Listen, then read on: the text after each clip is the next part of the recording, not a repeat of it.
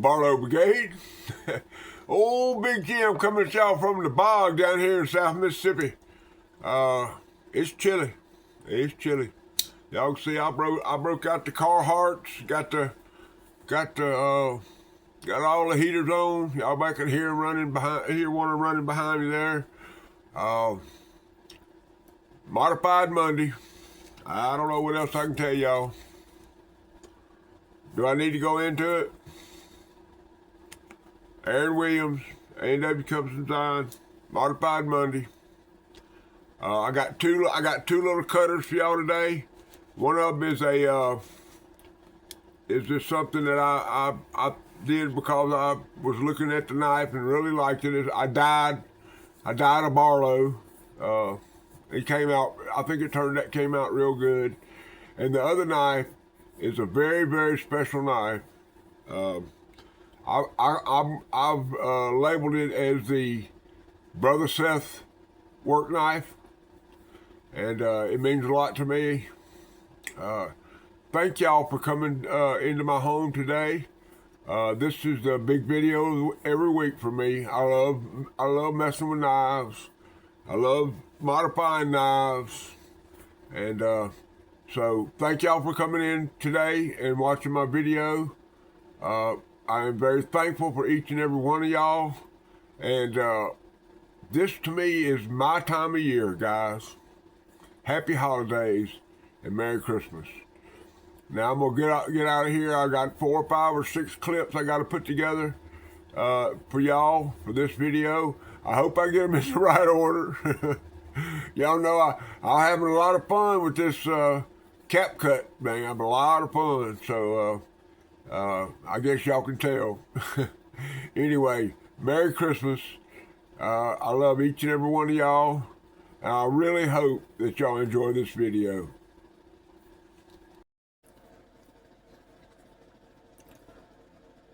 All right, Brigade. This is the Rough Rider RR 2708. This is I call it the coffin Barlow. It's a 4-inch Barlow with a ram's foot. Ram's foot, remember, gets wider as it goes towards the end. The Rough Rider tang stamp. There's your part number. Does that say 8 or 6? It is an 8. Okay. Making sure. It's a white bone, has a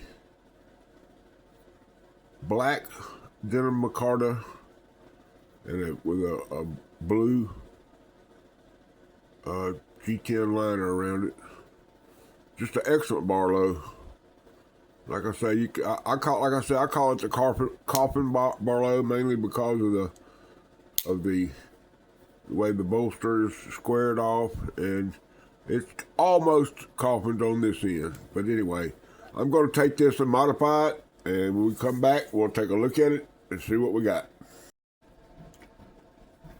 Okay, Brigade. Here's what we ended up with. This is the Rough Rider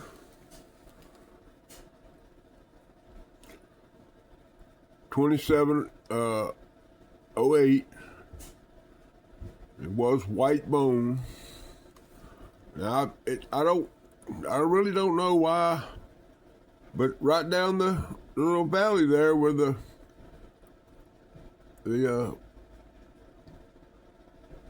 jigging is for where they put that inlay on that micarta right there, and the blue spacer. You really can't see the blue spacer that well anymore, but it came out light, and I would think that would be. I don't know why it did that, but it did. I'm kind of glad it did. Now I don't really understand, because right there around that pin is that circle. It's a perfect circle. And I really don't know why. Like I say, and I've said this before, when you put these things in the die, this bone, natural, it's a natural product, you never really know what you're going to end up with. And this being in the middle right here, I just don't know why that didn't die like the outside did. I didn't even sand this. I didn't put any sandpaper on it or nothing. I just took it right out of the box where I had it stored and put it in the dye.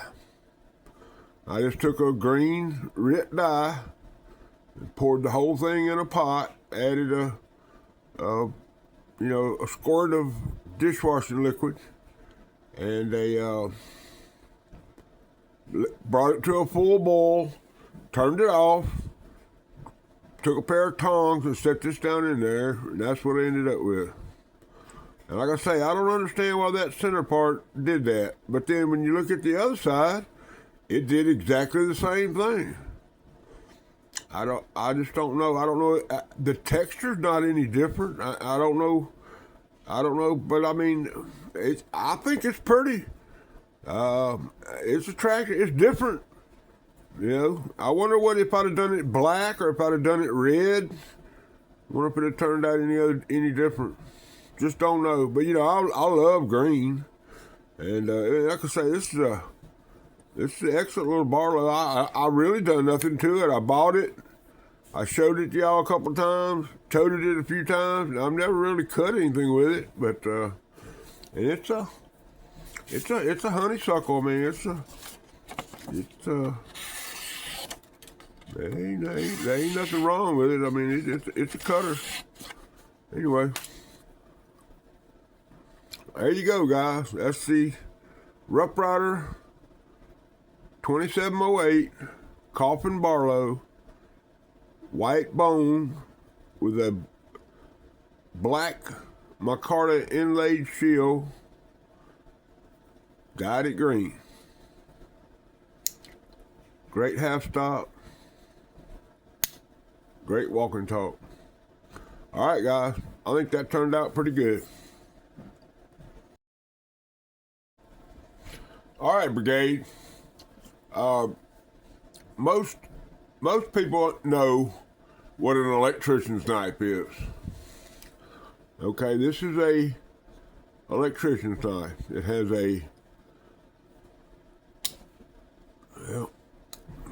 got some springs now. This is a Camillus. It's got a spear point. This is a Camillus. One line, New York, and this has the squinched M right there. That's how you can date it. If you go look at some of the better charts, you'll see that it has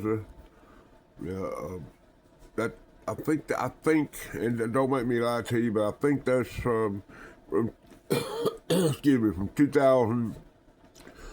I'm sorry, from the 1980s to the early or the middle 1990s. But I don't have the chart right here, and I hadn't looked this one up. This is just to show y'all what I'm, good half stop, good walking talk. Now this is my shop knife. This is the one I keep on my workbench. Has the screwdriver blade, and this knife is designed for people that work with electrical stuff. You could get in a junction box and get in a breaker panel, and you could cut your wire with this and then strip it back with this. This is not sharp, but a great screwdriver point, and this locks. So you got a liner lock, brass liner lock in there, locks it back, got a half stop, and there's that's what you got. Well, sometime, I think it was last Friday, I had a conversation with Brother Seth down at Deep South Cutlery, and he collects these. He's got a lot of them. In different patterns, different sizes, but his favorite is Klein tools. Now, not the Japanese ones, but the ones that are made in Chicago. Okay? And we had a long conversation about that. And I asked him if he had one, and he did. And I said, well, give it to me. And I said, I'm going to do some modifications to it, and I'm going to bring it back to you. And I want to show you what I come up with. All right, now there's a YouTube channel called, I think it's DKA USA, but I'm not sure. It'll be in the title. I'll have it in the title of this video to show you know where I got this idea of what I'm going to do. So what I'm going to do now is I'm going to put in a couple of clips to show you the knife that I actually am working on. The first clip's going to give you a flyover of that knife, and then the second clip will be that of a pile of what was left over when I got through.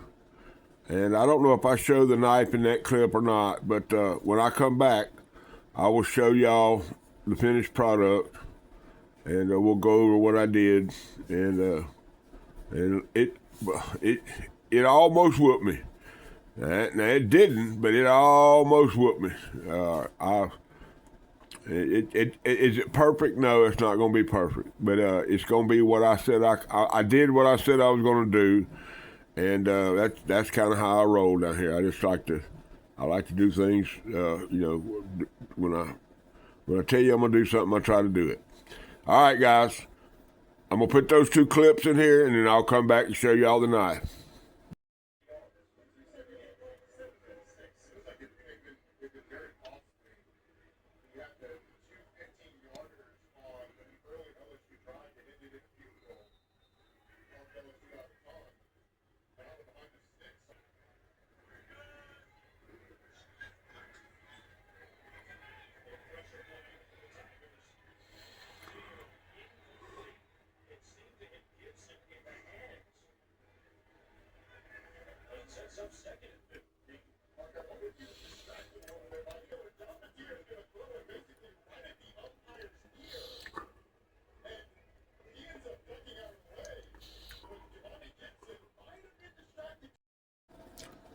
All right, everybody. Brigade, how y'all doing? Been a long day. Anyway, I didn't film the clip of the parts that I had set up for this knife that I'm talking about, what I'm calling the Brother Seth work knife. So all you got was an overview of what it looked like when I started. Now I had already done some work on the bail. The bail, y'all notice, was half off. That's me starting working on something before I forget to film it. But anyway, I got it filmed, and y'all saw what it looked like when I got it. And this is what I ended up with.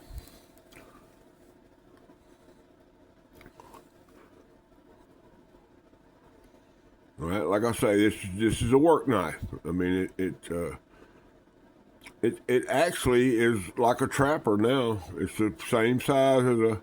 Now it's not perfect, man. You see where I got a little overzealous with the sander right there, and another little spot right here. But I sanded it all down good and smooth, got it all polished up, got it all, everything straightened out.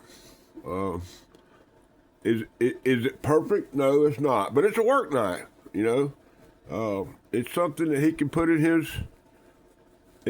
his pocket, and if he needs to strip some wires or cut something, or it's just a pocket knife, It's not. I want it to be perfect, but it is what it is. Now I deleted the bail, and see right there. I filled that up with these pins are all good and smooth. I filled that up with clear epoxy.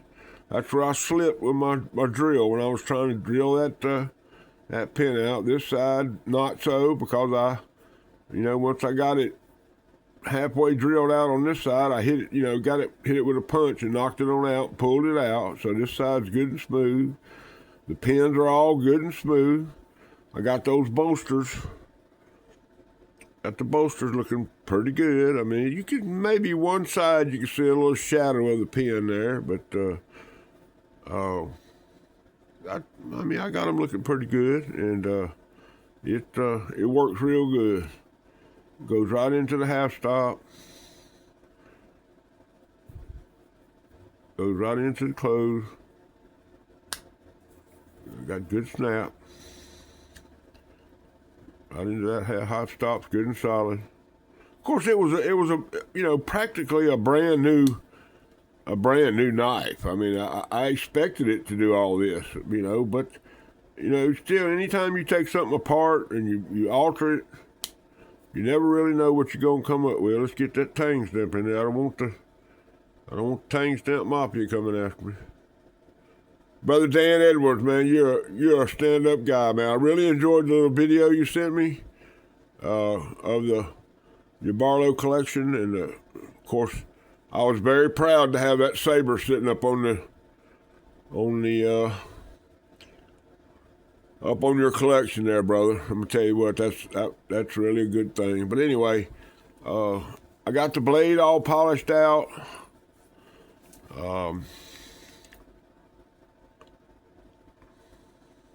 Got the bolsters polished, got everything sanded smooth. So, is this anything special? Well, to me it is, yes, because I made this for not only a friend, but a brother in Christ, a member of the Knife family, coon hunting son of a gun. Boy, man. Of course, everything he does good, and he does it right. That's why I like Seth. Seth is he's an outstanding member of the local community, of the knife community, of the Christian Brotherhood. Anyway, I'm very proud of this knife, guys. Very proud of this. So, thank y'all for watching the video today, guys. I want all y'all to know that Jesus Christ is Lord of my life. Always keep a Band-Aid handy.